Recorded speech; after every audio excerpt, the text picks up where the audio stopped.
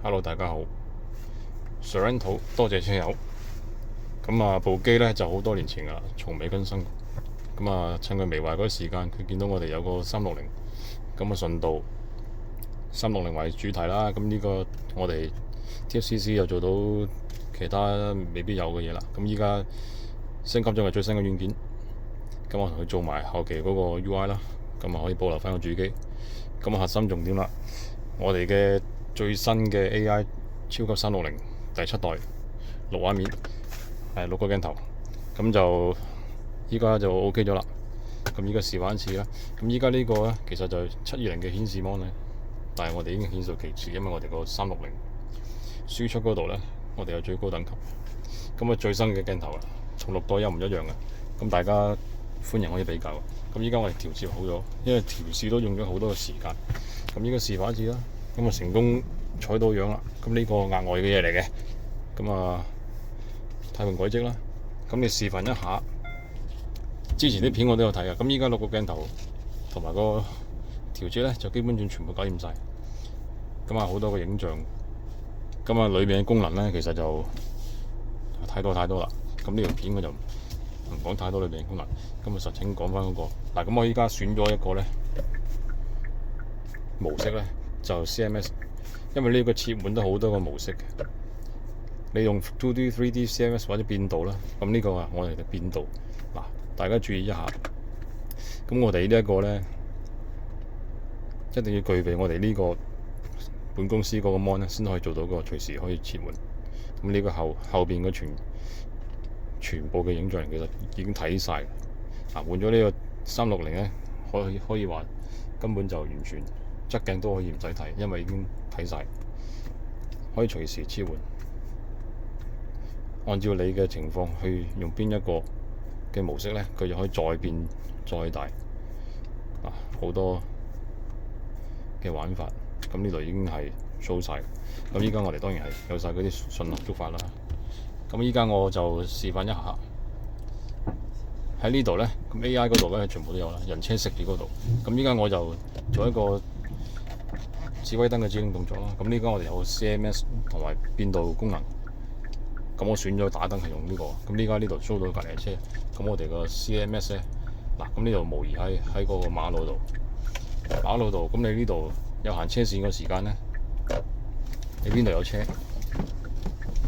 喺你左近，打左燈打右燈，佢就會顯示喺你側跟嗰個車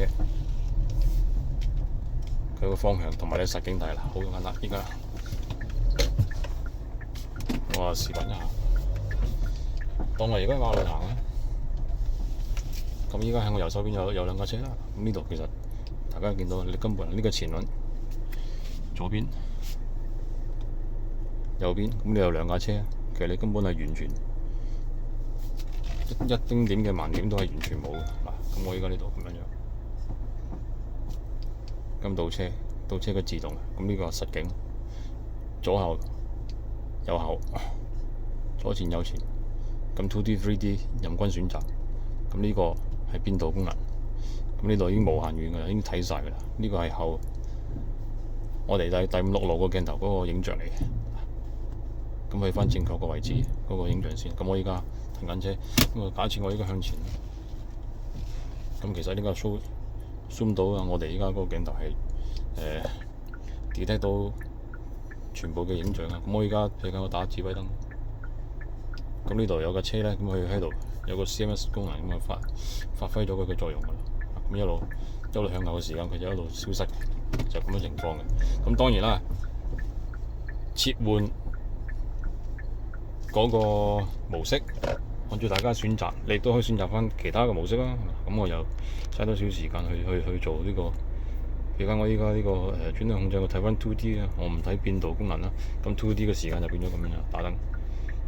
因為點解呢？因為我哋有具備 touch 同埋有遙控嘅功能嘅情況呢，所以呢就隨時可以撳佢嘅。好簡單，左右都可以調翻轉嘅。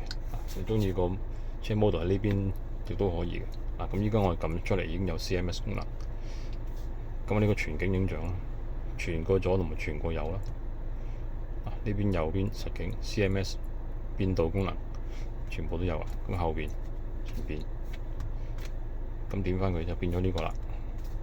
咁呢個倒車模式都有得揀嘅。如果有揀第二個倒車模咧，就唔出呢兩個大框嘅，出到大嘅影咗一點就變翻呢個嘅。所以呢個係視乎閣下嘅需要啦。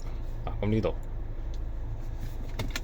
差唔多就示範完畢啦。咁我而家就再試一試行。咁 AI 功能咧就一定具備㗎啦。咁有 AI 功能咧，咁我攞去呢邊啦。因為點解退出咧？呢個退出時間係講觸發嘅。頭先我揀倒車指令5秒咁樣計啦，你可以長期顯示撳佢出嚟。咁呢度全部有晒人車識別，距離嗰啲有晒喺度。咁後邊，如果你有翻咁上下距離咧，佢就會喺呢啲位置咧有啲顏色顯示你前後左右邊度有車嘅。當然佢唔會無限距離啦，係咪？你係可以接受嘅距離嘅情況咧，佢就會有嘅。呢個呢度後邊應該已經宣到啦。咁大家參照翻我之前嗰條片啦，參照翻我之前啱啱出咗嗰條片就大家對照翻啦。咁呢度介紹完畢 ，thank you。